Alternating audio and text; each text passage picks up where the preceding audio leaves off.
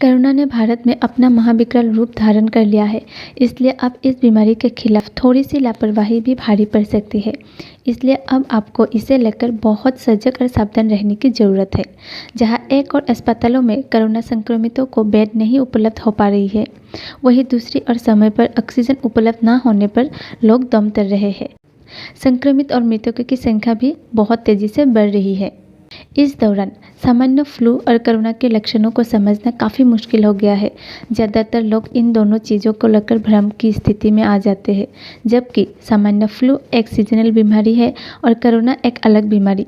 क्योंकि कोरोना के शुरुआती लक्षण फ्लू की तरह ही दिख रहे हैं, ऐसे में लोगों का सवाल यह बना हुआ है कि फ्लू और कोरोना के लक्षणों को कैसे पहचानें। इसलिए हम लाए हैं यह वीडियो, जहां हम आप लोगों को बताएंगे कॉमन फ्लू और कोरोना वायरस के लक्षणों में क्या अंतर है और आप कैसे जान सकते हैं कि आपको कोरोना हुआ है या कॉमन फ्लू हुआ है। इसलिए इस वीडियो को अंत तक देखना ना भूलें। हेलो फ्रेंड्स, मैं हूं डॉक्टर नाज़िमा बेगम और आप लोगों को मेरा चैनल डॉक्टर नाज़िमा's होम्योपैथी में हार्दिक स्वागत है। तो चलिए शुरू करते हैं। कोरोना वायरस और फ्लू दोनों ही वायरल इन्फेक्शन है और एक इंसान से दूसरे इंसान में फैल सकते हैं। यह वायरल इन्फेक्शन खांसने और छींकने से फैलते हैं। फ्लू और कोरोना वायरस के लक्षण कुछ हद तक एक समान होते हैं, लेकिन ये अलग वायरस के परिवार से आते हैं। कोविड-19 एक नोवेल कोरोना वायरस है, जिसके बारे में इससे पहले कभी नहीं सुना होगा। दूसरी तरफ सामान्य फ्लू इन्फ्लुएंजा वायरस होता है। कोरोना वायरस सामान्य फ्लू की तुलना में कई गुना तेज़ी से फैलता है, यानी इसके फैलने की गति सामान्य फ्लू के मुकाबले बहुत ही तेज होती है। कोविड-19 और फ्लू दोनों सांस संबंधी परेशानियां हैं। इनमें कई सामान्य लक्षण होते हैं जो हल्के लक्षणों से गंभीर जटिलताओं तक ले जा सकते हैं। इस दौरान आपको अधिक सजग होने की आवश्यकता है। फ्लू के लक्षण दिखने पर घबराए ना, बल्कि खुद को क्वारंटाइन कर ले और 2 से 3 दिनों में राहत न मिलने पर तुरंत कोविड की जांच कराएं। वहीं यदि आप बीते दिन किसी कोरोना संक्रमित व्यक्ति के संपर्क में आए हैं और कोरोना के सामान्य लक्षण आप में दिखते हैं, तो इसे सामान्य फ्लू ना समझें, बल्कि तुरंत कोविड की जांच कराएं और डॉक्टर से सलाह लें। आइए अब जानते हैं कोविड-19 और फ्लू के कुछ सामान्य लक्षण के बारे में, जैसे कि बुखार, बहती नाक, थकान, गले में खराश, सूंघने व स्वाद लेने की क्षमता गायब होना, मांसपेशियों में दर्द या शरीर में दर्द होना, सिर दर्द। एक सामान्य फ्लू को घर में रहकर बिना अस्पताल में भर्ती हुए ठीक किया जा सकता है, जबकि कोविड-19 शुरुआती लक्षणों के बाद भयावह रूप धारण कर सकता है। कोविड-19 अधिक घातक रूप है जो गंभीर चिकित्सा जटिलताओं को जन्म देता है। इसलिए स्थिति गंभीर होने पर आपको सावधान रहना होगा और उस मुताबिक चिकित्सा की जरूरी सुविधाओं को लेना होगा।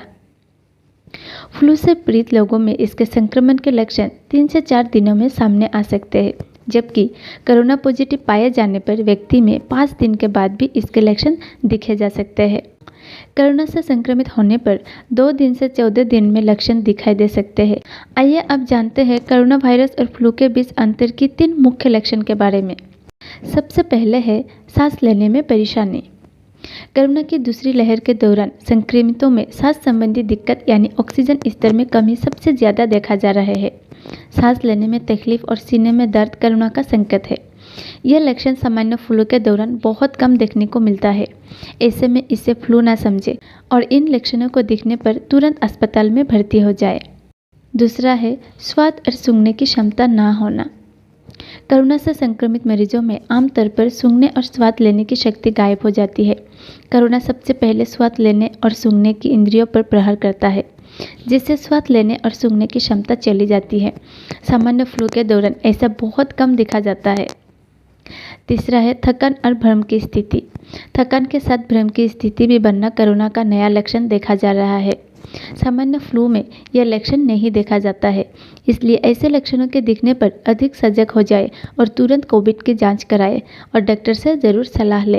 और एक बात ध्यान रखिएगा, इन लक्षणों के दिखने पर जब तक आप अपना परीक्षण नहीं करवाते, खुद को क्वारंटाइन रखें और घर में भी N95 मास्क का इस्तेमाल करें। समय समय पर सैनिटाइज करते रहे और हाथ साफ करते रहे ताकि वायरस को नियंत्रित किया जा सके। सांस संबंधी या ऑक्सीजन की कमी देखे जाने पर तुरंत डॉक्टर से सलाह लें और ज़रूरत पड़ने पर अस्पताल में भर्ती हो जाए। किसी भी स्थिति में आपको अपनी सेहत को नज़रअंदाज नहीं करना है। और एक बात हमेशा ध्यान रखें कि स्थिति को बेकाबू होने की नौबत नहीं आना देना चाहिए। समय रहते इलाज सबसे बेहतर स्थिति होती है, इसलिए समय रहते अपना इलाज कराएं, खुद का ख्याल रखें और अपना परिवार का ख्याल रखें। Thank you for watching my video.